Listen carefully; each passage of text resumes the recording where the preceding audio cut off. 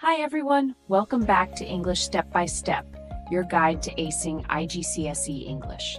Today we're talking about word choice, choosing words that show intention and emotion. Imagine replacing dull words like walk with vivid ones like tiptoe, stroll, or even storm.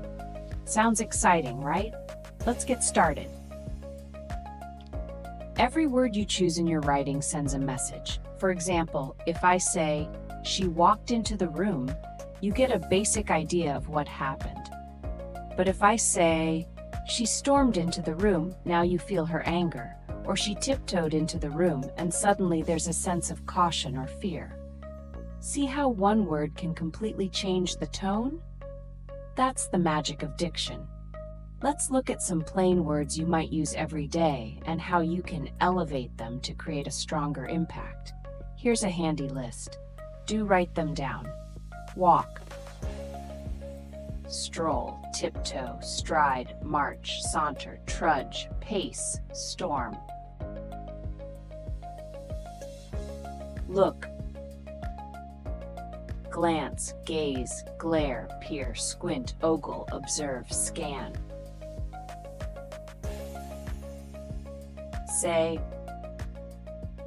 shout, whisper, mutter, stammer, exclaim, declare, retort, murmur.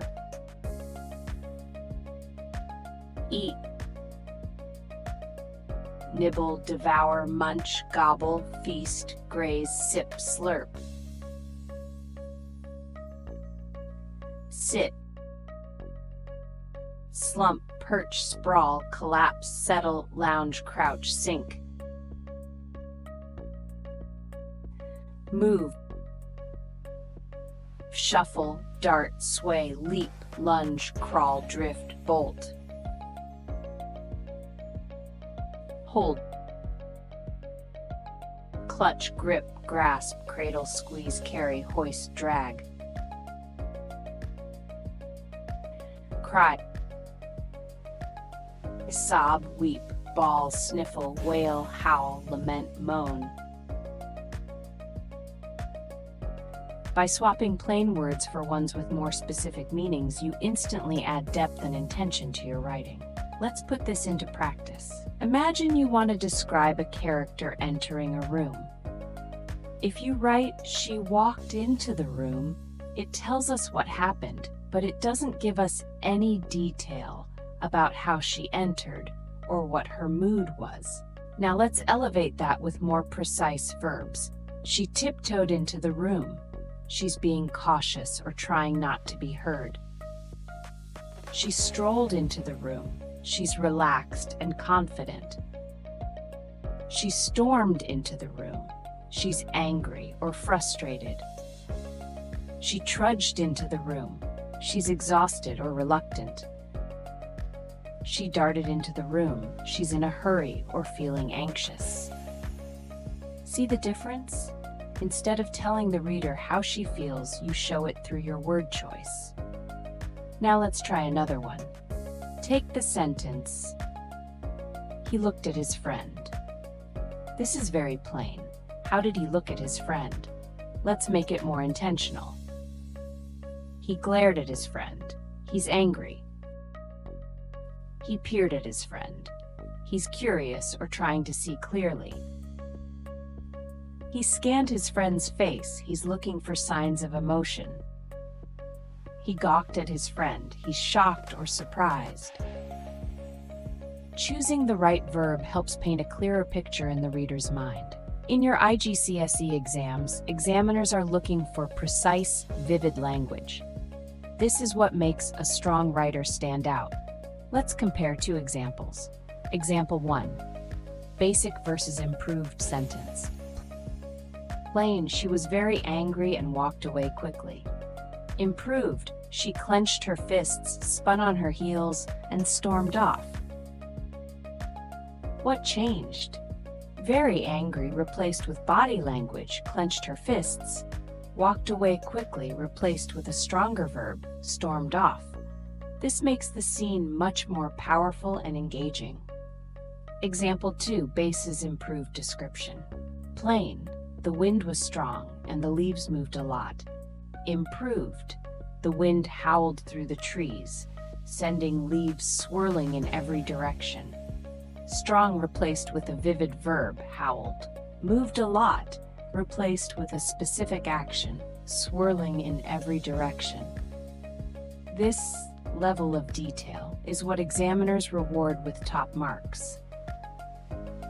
When you write a sentence, ask yourself, can I replace a plain verb with a stronger, more specific one? Can I show an emotion instead of just stating it?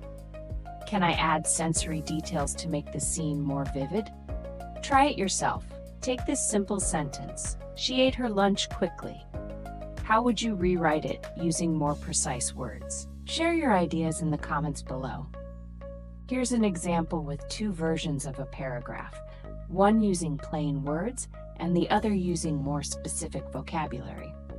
Paragraph with plain words. Sarah walked to the park on a sunny afternoon. She looked around and saw children playing.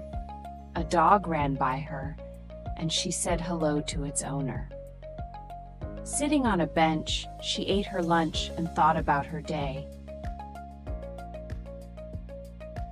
Paragraph with more specific vocabulary. Sarah strolled to the park on a sunny afternoon, the warmth of the sun brushing against her skin. She scanned the area, noticing children laughing as they darted around the playground. A golden retriever bounded past her, and she greeted its owner with a cheerful smile. Perching on a wooden bench, she unwrapped her sandwich and reflected on her busy day.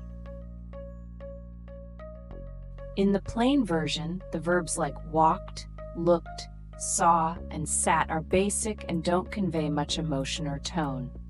In the specific version, words like strolled, scanned, darted, bounded, and perching create vivid imagery and a more engaging scene. Additional details like the warmth of the sun brushing against her skin and cheerful smile add depth and emotion.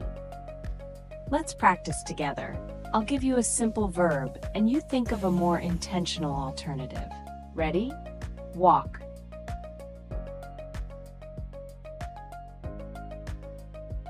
How about stride, saunter, or trudge? Look.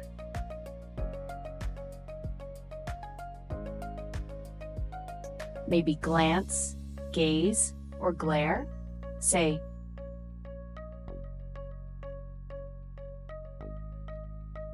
try mutter, shout, or whisper. See how these small changes can make a big difference? Keep practicing, and you'll start using these words naturally in your writing. To wrap up, remember, every word you choose should have a purpose. The right verb can reveal emotion, set the tone, and make your writing come alive. So next time you're writing an essay or story, ask yourself, am I using the best word for this moment? If you enjoyed this lesson, give it a thumbs up, subscribe, and share it with your friends.